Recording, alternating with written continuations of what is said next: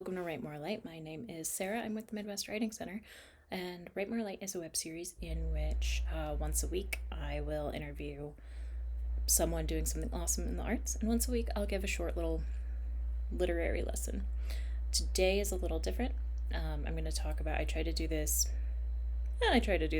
around New Year's every year. I don't succeed, but it's a little less literary and a little more how to survive in a world that how to survive as an artist in a world that wants you to be all productivity all the time. Usually at the end of the video I will give updates on the Midwest Writing Center and then leave you with a free write.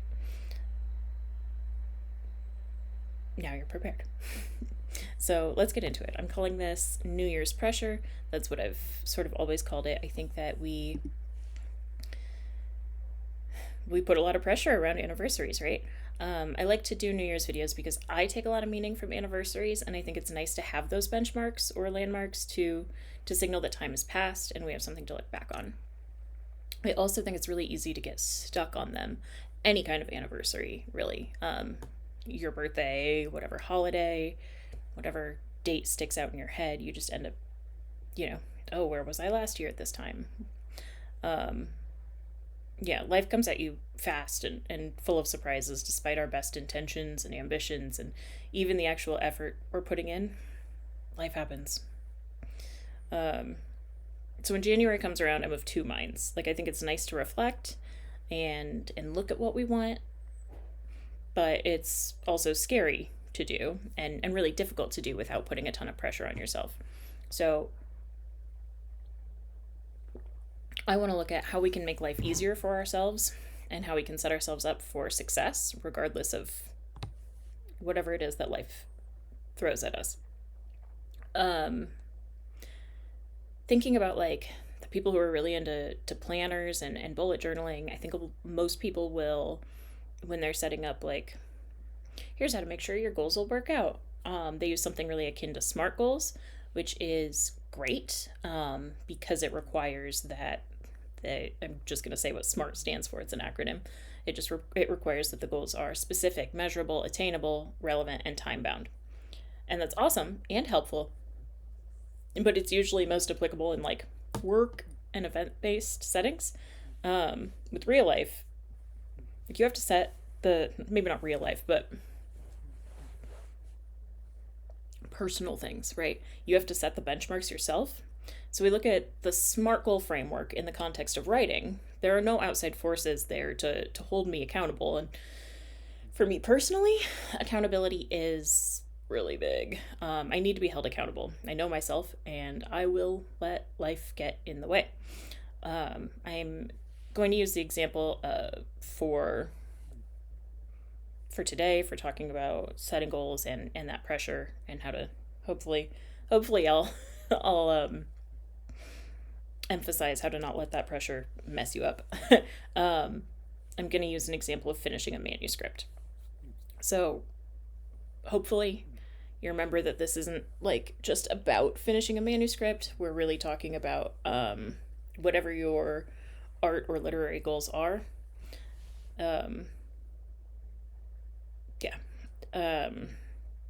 So then whatever your goals are,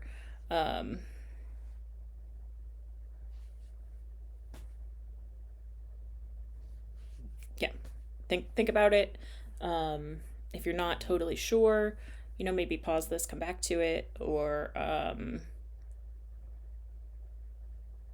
don't know, maybe take notes so that you can take advantage of, well, the folks out here trying to make your life easier based on where they've been. The first thing for me is I always want to give myself a little wiggle room. That's about the pressure. Because when I have enough pressure on me, I get like blocked up, stopped up, and it sort of ruins the whole enterprise. So S in SMART means specific, and that's great, because that stops you from not waffling around with a goal like write more, and then you never say what write more means, right? Does it mean more pages? Does it mean more time? Is that more pages over a year or more time over a year? Or is it, because if it's just more pages in a year and I wrote 50 pages last year, then I take January off, and then what, right? Um, so something specific would be more like I want to write 30 minutes per week, right? Um, when it's not specific, it's really easy to just not do the thing and find ways to get around doing the thing. That's a thing for me too. I'm excellent at excuses for myself. Um, so if the goal is I want to write 30 minutes per week, then you work out when that makes sense and how to set up that space. And if you're somebody who has sort of an unreliable or inconsistent schedule, make sure that like at the end of the week, so that you're not like, oh, it's fine, I'll just write an hour next week. Make sure that there is time. If you're not able to do it every Tuesday, or usually you're going to do it every Tuesday, 10 to 10:30 a.m., which is a normal time for people to be not busy. Oh, sarcasm. Then make sure that whatever the last day of your week is, however you determine that you do have that half an hour, and you do make sure you can do it. Um, but like I said, personally, I need more accountability to work with. So finish a manuscript um, could mean a draft. It could mean a second draft. It could mean polished.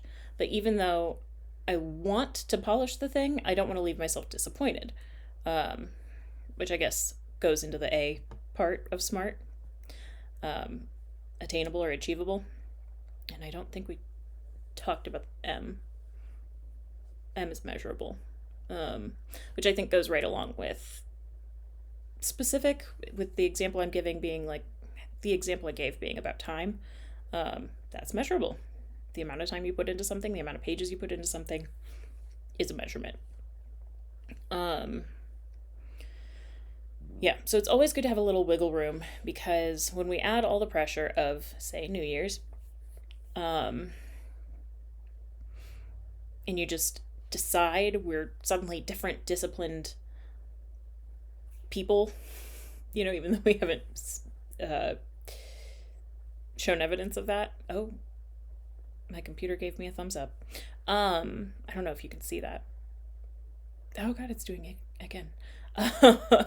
um, yeah, if we just sort of decide that new year, new me thing, where suddenly I'm super disciplined and whatever, that can make it harder to do the thing, because as soon as you start to feel like you're backsliding or failing, I don't actually love to talk failure. I don't think it's a fair term, especially in terms of goals. The pressure makes it really easy to give up. So again, wiggle room and specificity, because pressure sucks. And I talk about this a lot. The more pressure we add, the harder it is to perform for a lot of us. Um, so if I'm working on this manuscript goal, end of the year, I'm going to have a finished manuscript. I make a backwards calendar. I do this for a lot of things. I do this for events, when I'm planning events. Apparently that's the only example I have in mind. So what you do is, hold on, I think I may have made myself a little example that I can screen share. I think I was on top of this a little bit. Here we go. Look at me. I did.